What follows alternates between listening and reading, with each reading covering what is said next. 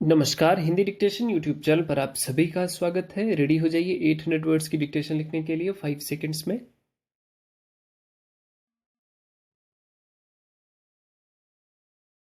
महोदय, संयुक्त राष्ट्र पर्यावरण कार्यक्रम आज चौराहे पर है।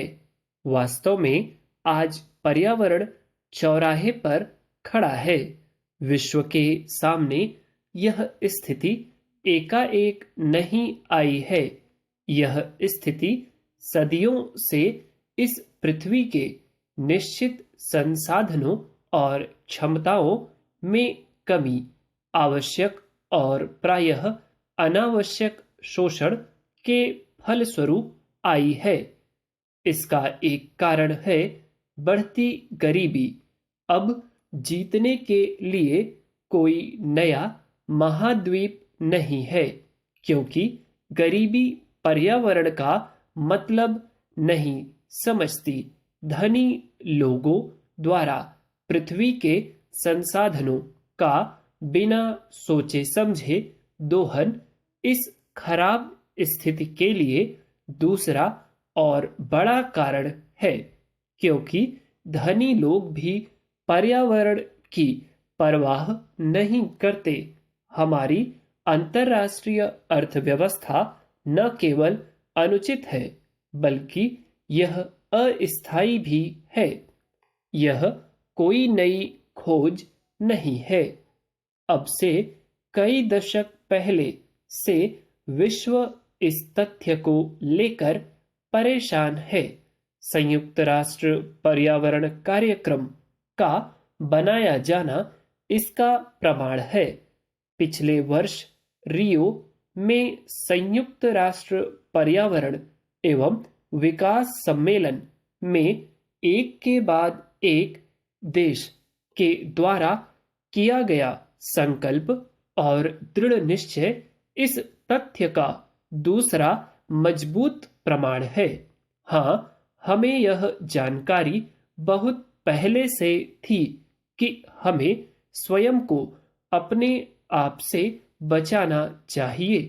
ऐसी स्पष्ट इच्छा भी रही है, किंतु प्रभावकारी ढंग से कार्य करने की क्षमता का हम में अभाव रहा है। पिछले वर्ष रियो में हुई हमारी बैठक के बाद से हमने बहुमूल्य पृथ्वी के 1% से भी अधिक भाग को क्षति पहुंचा दी है, जो शायद अपूरणीय है।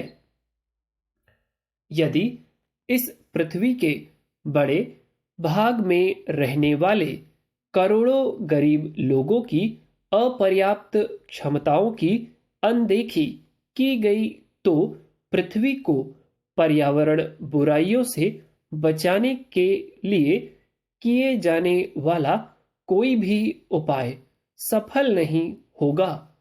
कोई भी उपाय तब तक काम नहीं आएगा जब तक उसमें गरीबी दूर करने, सतत विकास के लिए इन लोगों को क्षमता और जानकारी प्रदान करने तथा उन्हें अपनी सहायता अपने आप करने में सहायता करने की व्यवस्था नहीं की जाएगी।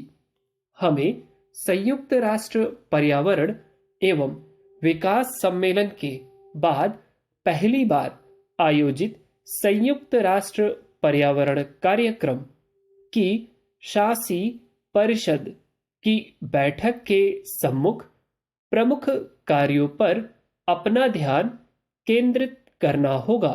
संयुक्त राष्ट्र महासभा ने अपने 47वें अधिवेशन में एजेंडा 21 के कार्यान्वयन के लिए विशिष्ट योजनाएं बनाने के लिए शासी परिषद से अनुरोध किया है।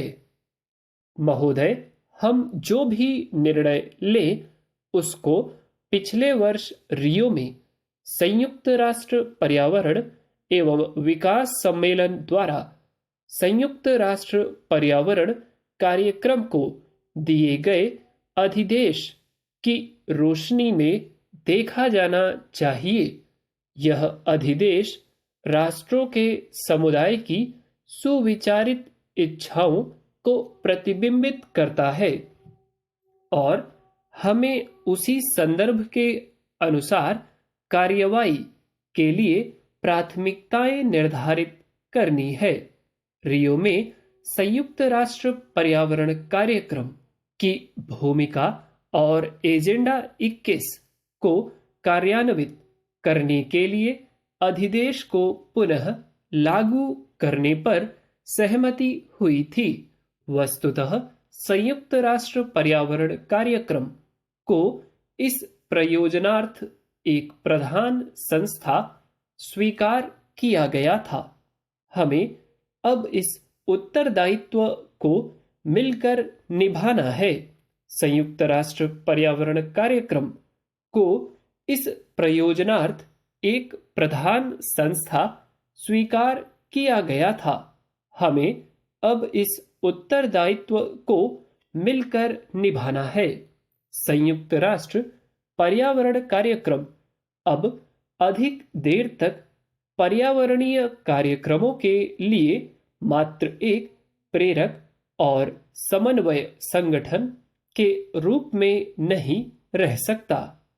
इसको अधिक सुविधाजनक भूमिका अपनानी चाहिए तथा पर्यावरण की सुरक्षा और सतत विकास की उपलब्धि के लक्ष्यों वाले विस्तृत कार्यक्रम शुरू करने चाहिए। हमारे लिए सबसे अधिक खुशी की बात है कि इस महत्वपूर्ण घड़ी में संयुक्त राष्ट्र पर्यावरण कार्यक्रम को सुश्री एलिजाबेथ से प्रेरणा और मार्गदर्शन मिल रहा है। अपने 90 करोड़ देशवासियों और संरक्षण की परंपराओं से ओतप्रोत अपनी प्राचीन सभ्यता की तरफ से संयुक्त राष्ट्र पर्यावरण कार्यक्रम के कार्यकारी निदेशक का पद संभालने पर महोदया, मैं आपका स्वागत करता हूं। हम आपकी सफलता की कामना करते हैं क्योंकि आपकी सफलता में ही हमारी सामूहिक सफलता निहित है और हम आपको और आपके साथियों को अपना पूर्ण सहयोग प्रदान करेंगे। हमने यह भी नोट कर लिया है कि कार्यकारी निदेशक पर अब हैबिटेट की भी जिम्मेदारी है। हम इस प्रबंध के पीछे के कारणों को समझते हैं, किंतु हमें आशा व्यक्त करनी चाहिए थी कि इस व्यवस्था से दोनों संस्थाओं का अलग अस्तित्व समाप्त नहीं होगा और न आगे आने वाले महत्वपूर्ण वर्षों के दौरान दोनों संस्थाओं की गतिविधियों पर आवश्यक ध्यान दिए जाने में कोई कठिनाई होगी। हम जानते हैं कि संयुक्त राष्ट्र पर्यावरण कार्यक्रम को बहुत से काम करने हैं, तथापि मैं इसके 2 अतिरिक्त कार्यों का उल्लेख करना चाहूंगा। मैं इन्हें इसलिए प्रस्तुत कर रहा हूं जिससे इन पर सार्थक चर्चा हो। उम्मीद करता हूं इस डिक्टेशन में आपको कई अच्छे वर्ड्स मिले होंगे और कुछ लोगों के वर्ड्स छूट भी गए होंगे, आउटलाइन बिगड़ गई होगी। तो उनके लिए एक सुझाव है कि उन वर्ड्स को फाइंड आउट करें, उनकी लिस्टिंग करें और 2-2 लाइन 3-3 लाइन उन वर्ड्स की आउटलाइंस बनाएं, ताकि एग्जाम में यदि वो वर्ड्स आपसे टकराएं तो आपको ज़्यादा सोच विचार करने का समय तो वहाँ मिलेगा नहीं, सिर्फ आउटलाइन बन जानी चाहिए आपसे किसी भी तरीके से। तो आप इतनी प्रैक्टिस करिए उन वर्ड्स की, ठीक। यह निश्चित है कि आपको इस डिक्टेशन में कुछ ना कुछ वर्ड्स तो नए मिले ही होंगे। तो यदि आपने इस डिक्टेशन को पूरा लिखा है तो इस काम को आप अवश्य करें। वीडियो अच्छी लगी है तो लाइक करिए, चैनल को सब्सक्राइब करिए यदि आपने अभी तक नहीं किया है। That's all, thank you.